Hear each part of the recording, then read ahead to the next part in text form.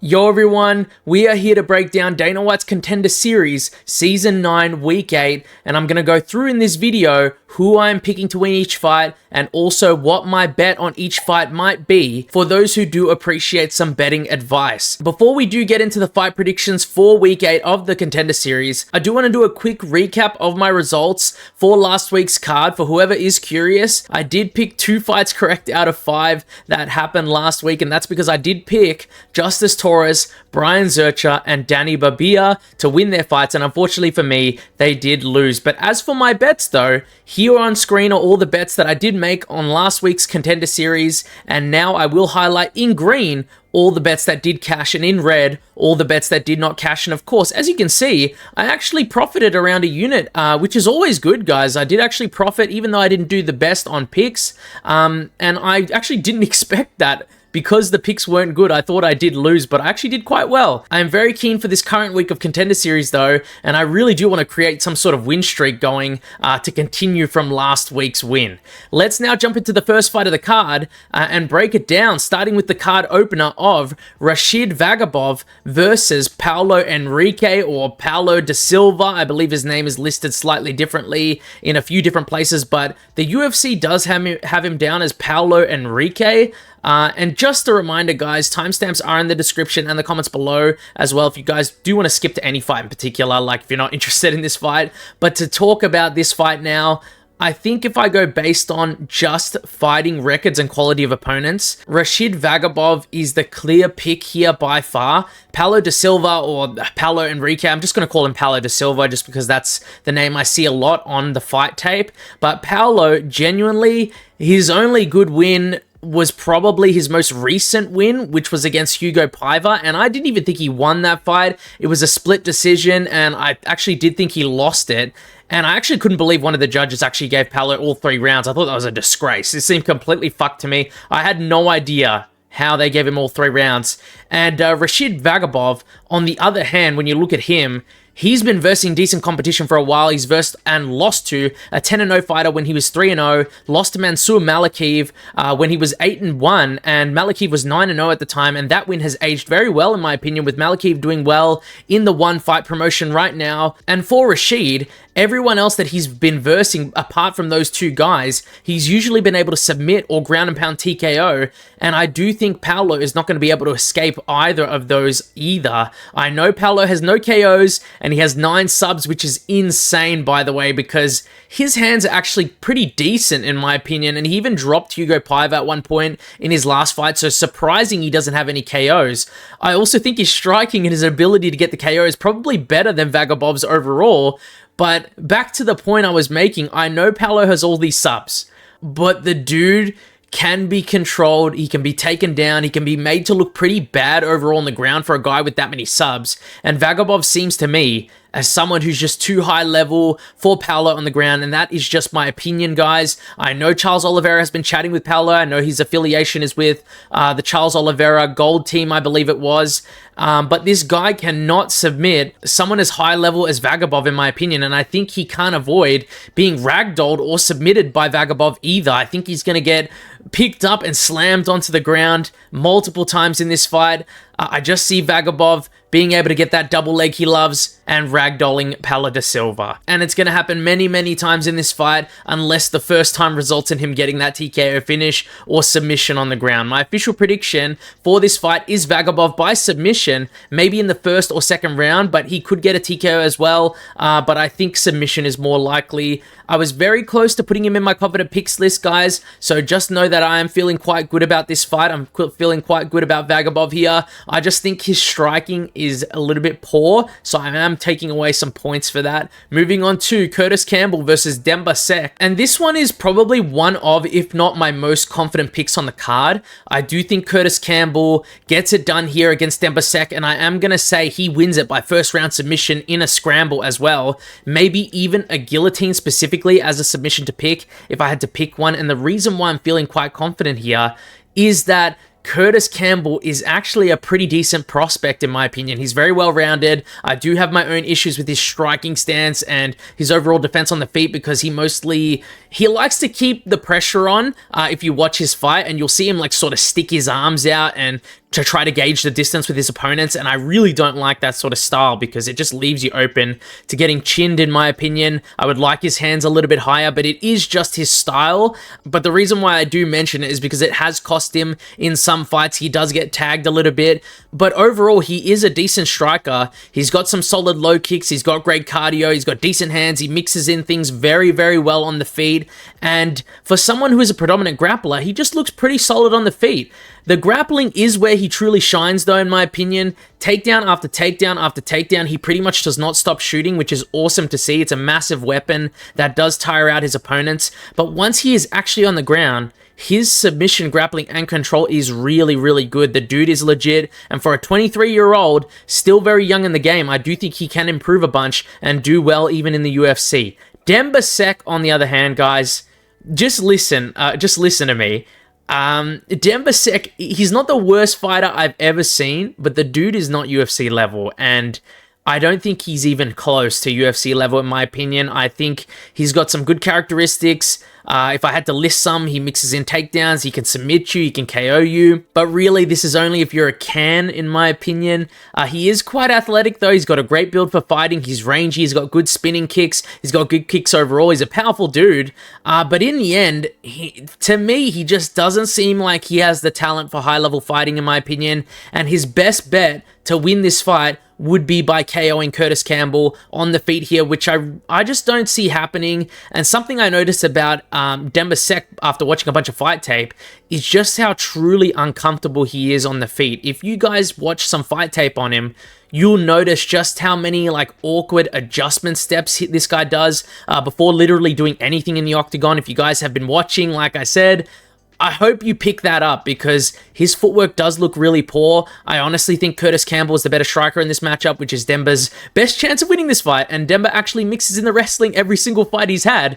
And I think that's going to be to his detriment here. I think Demba, for as decent as he is with his submissions and his wrestling, might be one of the worst defensive BJJ guys I've seen.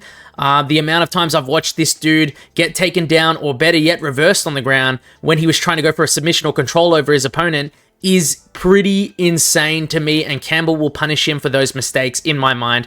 I think Campbell's fought way better competition too, so everything just leans towards Campbell, guys. Campbell is my pick here. First round finish is my official prediction for this fight. I think Kurtis Campbell inside the first 2 rounds would be the safest bet. I think specifically submission or KO on the ground, TKO, is what I'm going for. Putting him in my confident picks list as well. Moving on to Eliezer Kubanza versus Christopher Alvidrez. And this actually feels like another easy pick to me. I've watched quite a bit of fight tape on both guys now. I do think Eliezer Kubanza is just a way better prospect and a way better pick overall. Like, the dude is so athletic, he's super physical, he's technical on the feet, he's got one punch knockout power, guys, and he's just extremely well-rounded. Like, he mixes in his takedowns extremely well when he does shoot for them. But to give some credit to Christopher Alvidrez, the dude also has good power. He is decently technical on the feet with good volume. He also can mix in his grappling and BJJ in his fights as well, which is awesome to see. For prospects in the Contender series, there's been a lot of bad prospects. I feel like these guys aren't the worst.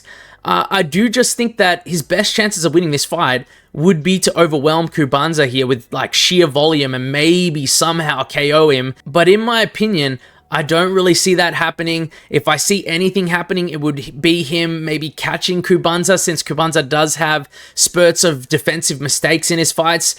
But man, like, I've watched Kubanza KO dudes viciously now that do the exact same thing that Alvidrez does, and I just can't ignore it. Like, I watched Alvidrez strike, and granted, like I said, he is decent. He's pretty good, but he does overextend a lot with his punches, and sometimes he just does this thing where he doubles up on punches but stays overextended, so he'll sort of like lean over his front feet, so his torso will be completely leant forward. He'll get no pop, no rotation on his punches, so basically it's sort of like a high-risk, low-reward attack he's doing, and he leaves himself so open to be countered there, and I really do think Kubanza is really good at making people walk onto his left hand, and I think being overextended like that and being aggressive like Alvidrez does look in his fights, it's not going to be good. I feel like he's going to get caught by something, maybe a high kick or like a combo left hand on the back foot. Christopher Alvidrez, he is an absolute dog, and I know he's not going to quit in this fight though, and he's never afraid to scrap at all, and I have seen that in a lot of his fights. And to his credit, I will say, he takes a lot of his fights on short notice as well. I believe a lot of his fights on his record are actually on short notice. I believe a couple were on a week's notice, and even his karate fight that he took on his record was on a day's notice, I believe. The dude's tough. But I do think Eliezer Kubanza might be a little too tough of a test for him at this point. Moving up from fighting Takashi Sato, who sort of looked like a punching bag in there against Christopher, to now fighting Kubanza, who people have been giving the fighter nickname King Kong to. This just seems like too big of a test. My official prediction for this fight is Kubanza by KO in the first 2 rounds, but for a bet, I like the under 1.5 round line. It's one of my favorite bets to do for Contender Series fights, but if I'm feeling a bit more confident, maybe closer to the fight, I might put like a KO by both fighters as a bet down, maybe even a KO inside the first round. I think both guys are tough and durable though, so maybe they get out of that first round, even if they take damage though, so we will have to decide later on when we get closer to the card, when the lines do drop. I am going to add Kubanza to my confident picks list as well, right next to Curtis Campbell, since I feel rather good about them. No odds out right now, but I assume Kubanza and Curtis Campbell are going to be decent favorites in their fights. Moving on to Jourdain versus Magno Diaz, and unlike the other 3 fights, guys, that I've already predicted, I feel like this one's a lot harder to pick, and honestly, it still feels like it could go either way. You've got Magno Diaz, who's another fighting nerd, but this fighting nerd fights in the flyweight and bantamweight divisions mostly, and on the other side, you've got Jourdain, who is Charles Jourdain's brother, who is a fighter inside the UFC. If you guys know who Charles Jourdain is, he's the guy who lost to Gene Silva not too long ago. So both guys have a bit of coverage behind them. I think if I'm leaning towards anyone currently, it might actually be Jourdain, which I don't know the odds right now, like I said, for many of the fights here, but I assume that Jourdain might be the underdog because the majority of people on Tapology believe Magno Diaz is going to win this fight by KO, so I assume he's an underdog here. But by the time you guys see this video, maybe I'll have edited the odds on my slides on screen, but I don't have any idea right now. But in my opinion, I just think that Magno Diaz might potentially be undersized for the bantamweight division, which is where this fight is taking place, and the guy has fought at both 125 and 135 if I'm not mistaken. I really do think he should move to the flyweight division for his next fight. I don't think he should fight at 135. Jourdain is going to be the significantly bigger and rangier fighter in there, and in terms of their technical striking in the octagon, I do think Jourdain is slightly better overall in my opinion as well. Both guys do get hit quite a lot. Both need to work on their defenses for sure. I think Magno Diaz is slightly worse defensively after watching the fight tape than Jourdain, but I do think it's close in that department. Both guys are well-rounded though.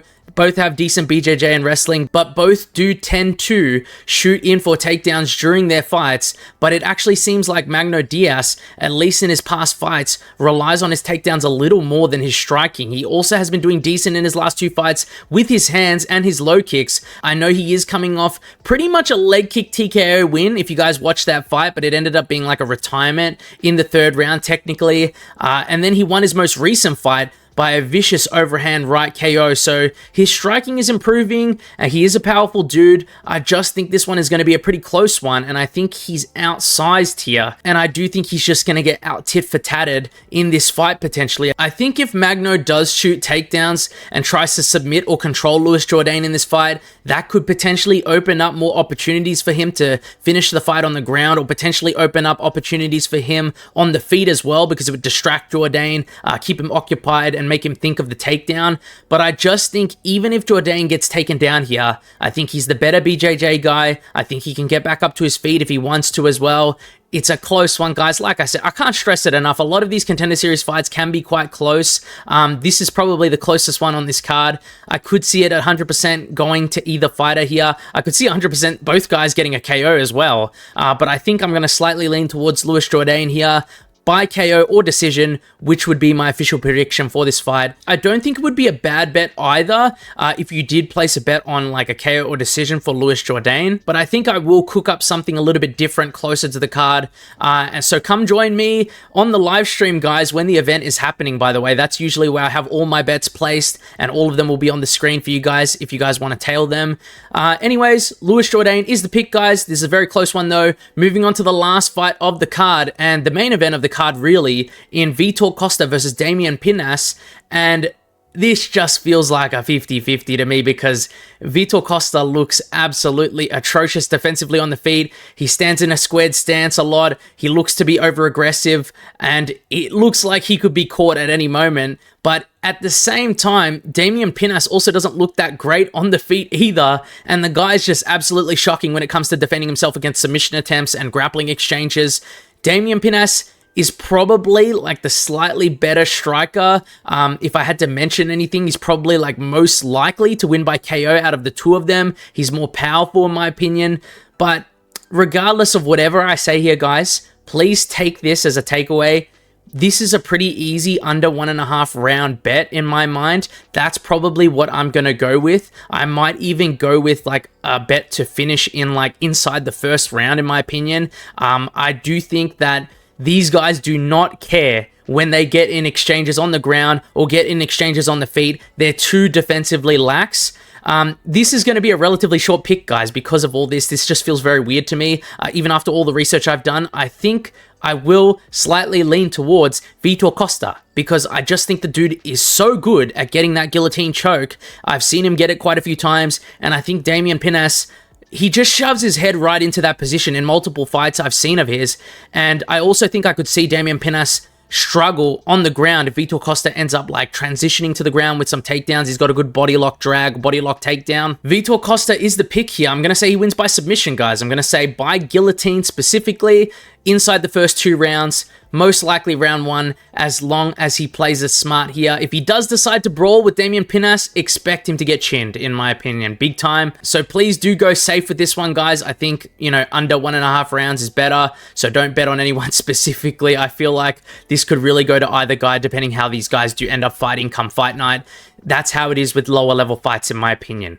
Anyways, guys, that's it for my predictions and breakdown for Dana White's Contender Series Week 8. If you guys want to know all my bets for this card, like I said, come join the live stream, the live fight companion for the event, and I'll talk about them all there since I'm still waiting for the bet lines to come out. Maybe I might have odds for you guys on screen at the time of me editing this video. I'm not quite sure because I still don't really know if anyone that I've picked or picked against is a favorite or an underdog yet. Also, let me know if you guys do like me covering the Contender Series on top of my regular uploads. If you really do, please show support, like the videos, do a nice comment in the comment section. I read all the comments, guys. I do put a lot of effort into researching these cards and doing the prediction videos in general. I appreciate you guys a lot. Thanks for watching, and see you guys next time.